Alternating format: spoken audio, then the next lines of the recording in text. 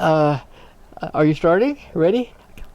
Uh, Elaine, thank you so much for participating in our Wilderness Way Valley Elders video project that we call Discovering the San Geronimo Valley.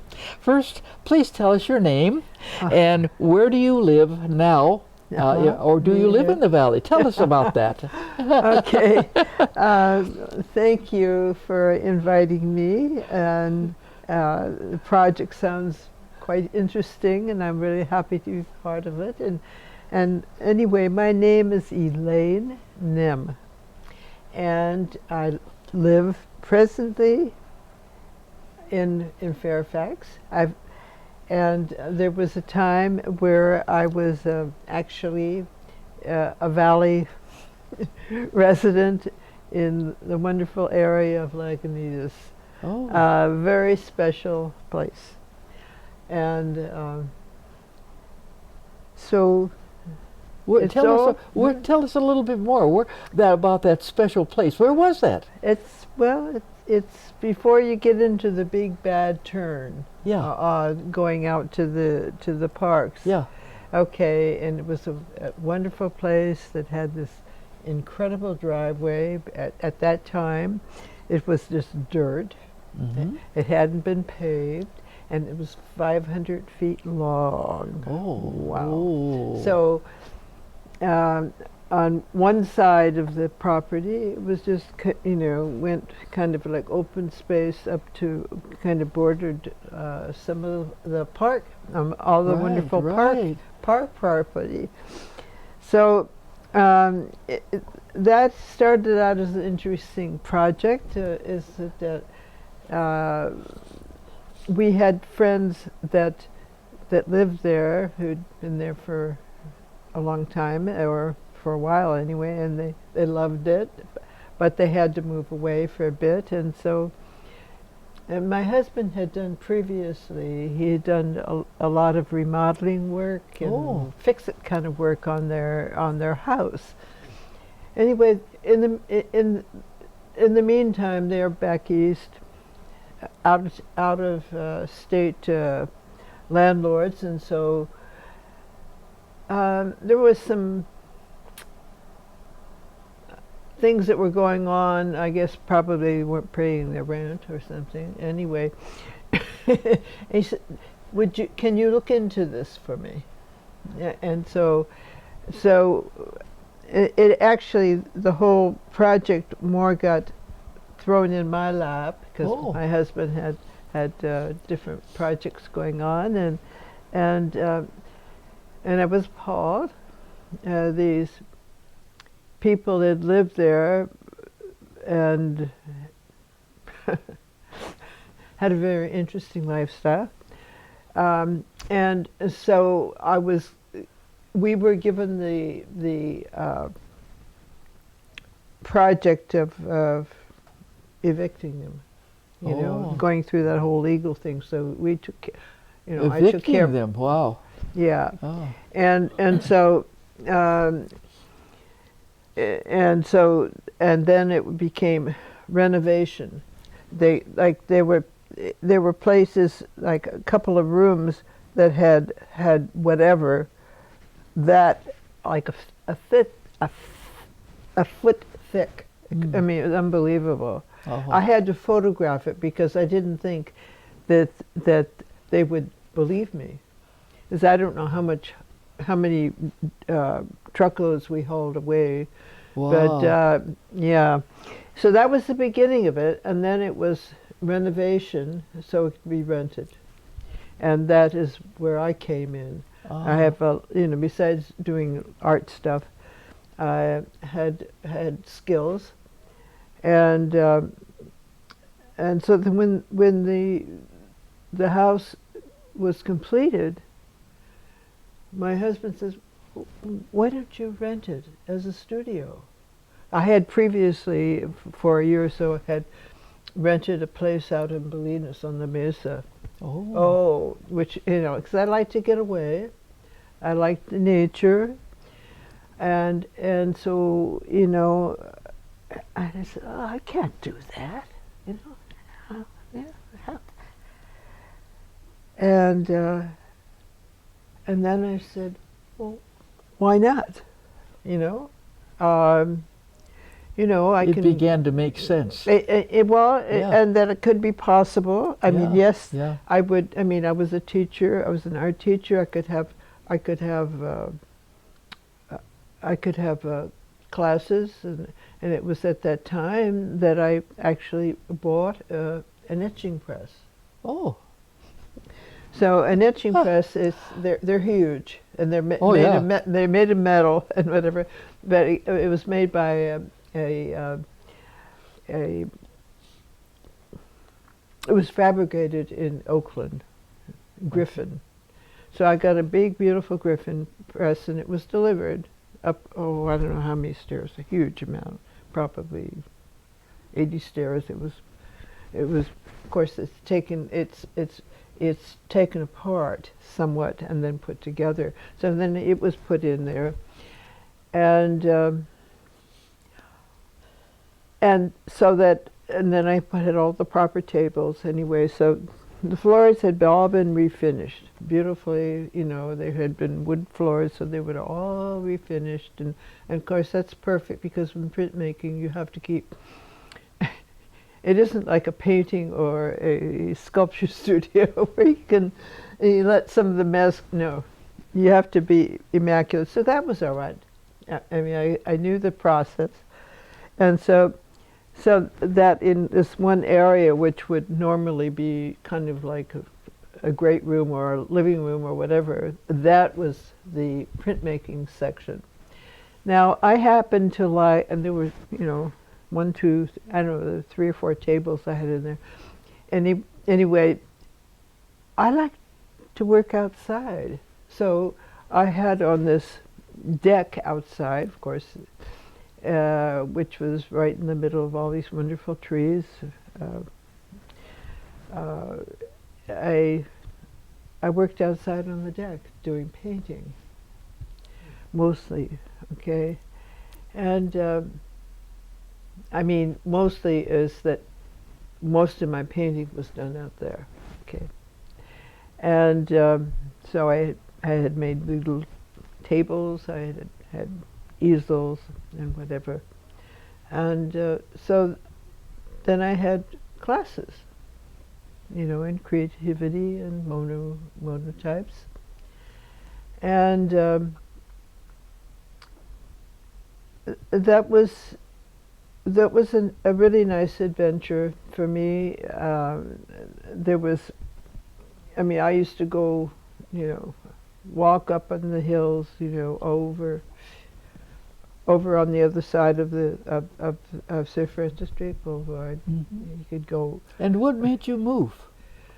Well, the people, the landlords, Yeah. they decided they wanted to come back. Oh. It was time that they had finished whatever they had to do on the Right. East Coast. There was education going on, and Right. and whatever they had all their ties. And So actually, what you do? What did you do then? They came well, back. it came out. It came in increments. He came out first, Oh. and then okay, that was the beginning of the end. And so then I stayed there I stayed there continuing for a while, and then tried to find another place to rent. Yeah. Right. Well, I wasn't able to find anything. So I moved back I am originally from Fairfax. I have a house there Oh. in Fairfax, and that's where I live now. So I went back and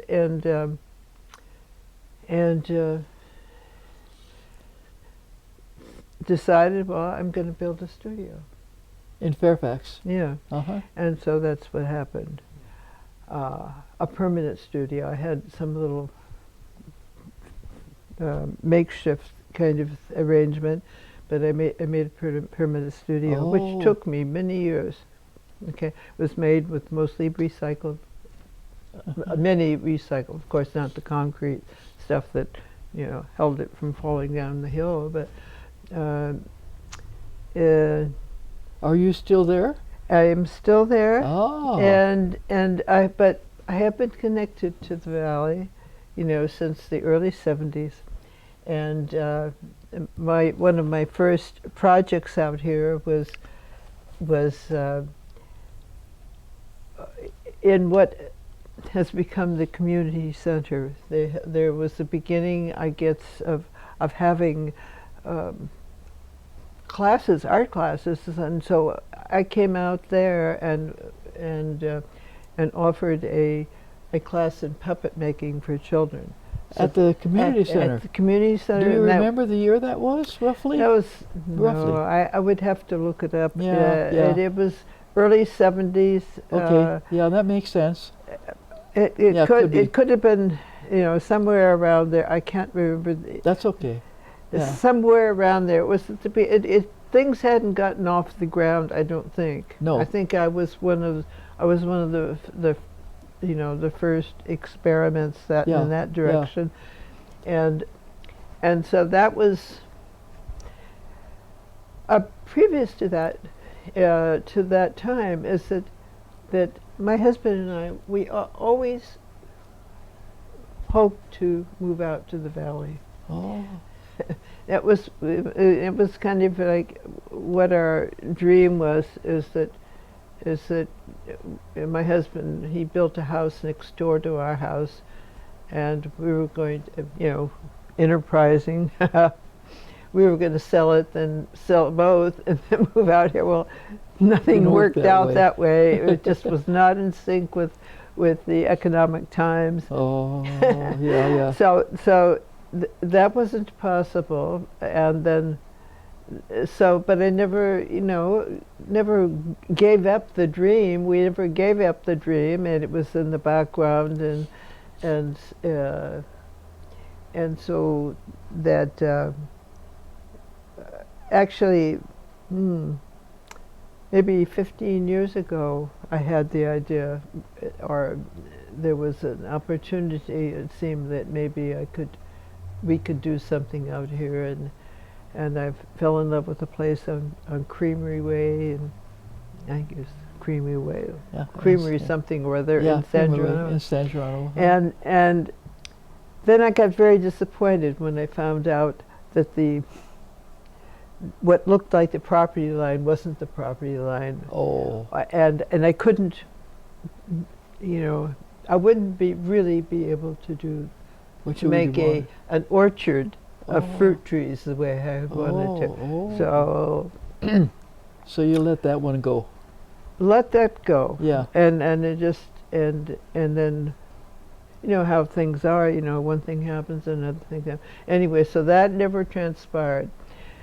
But, you know, somewhere, maybe after that, I was a volunteer in the open classroom. And I have a granddaughter that was there and in that class, and so I started volunteering in that class. You know, I don't remember for how long. And then pretty soon then came the possibility of being involved in. I'll be one more minute. I have somebody in the car. They're going to wait in the car, or is there another place? That's Guy. Yeah, he's ready. Yeah, he's ready to go. Okay. Well, we'll go ahead. Then so then that little episode was, you know, kind of came to an end, but then there was the possibility. I mean, then I became involved in the senior group. Right. Senior lunches that started out. Right. And, at the community center. Yeah. And the, what do you call it, the food bank that they had out at the center. And that was really fit good because my husband had strokes. He was not able to work the way he had been able to. So in the past. So that it was a good, and then I discovered this, a wonderful community, which have continued to be a part of. And so it is. You want to open the pack? It is it is it is my community. Yeah, yeah. And they, like, back in the 80s when I had the studio, I really wasn't connected to the people. Uh-huh. Okay, except for a Uh-huh. couple like Ellie Simmons I had met, Yeah, yeah. and maybe another one or two that I maybe met at, there was a little coffee shop there, right there near the post in that complex, where, but I was not, I was basically an artist, and they were having students that came to me, Mm-hmm. and then enjoying, you know, the West Marin wilds. Yeah. You know, and Right, and right. I was, you know, went all over Oh the yeah, hills. we have a wonderful wildlife. That's right. Yeah, and but I, you know, I had actually with Ellie, I had met her previously at a class at the College of Marin. We had connected, and I guess maybe I had run into her on the streets or something. Then it must have been like that, or at the coffee shop, at the post office. So, Anyway. so in closing, then you are still in Fairfax. You're in Fairfax, Yes, and you come to the San Geronimo Valley regularly. that's right. Okay, meeting with the seniors and enjoying the community center, right? Yeah, yes. Okay. Well, I think we're winding this up, Paul, and it was wonderful to hear your story about your background, and I had no idea that you were a fine arts printmaker, which is what my husband is, and he was the head of the fine arts printmaking department at City College. And talk about a press. I know exactly what you're talking about because we have a studio for him. So we have something in common. So when he makes his show, I'm going to introduce him to you, a fellow printmaker. Well, again, I know Paul wants to wind up, and we have our next person ready here. So Okay, thank you wonderful. very, very much. Okay, thank you all. And I'm happy to be here and to be able to share my Good. my background. Okay.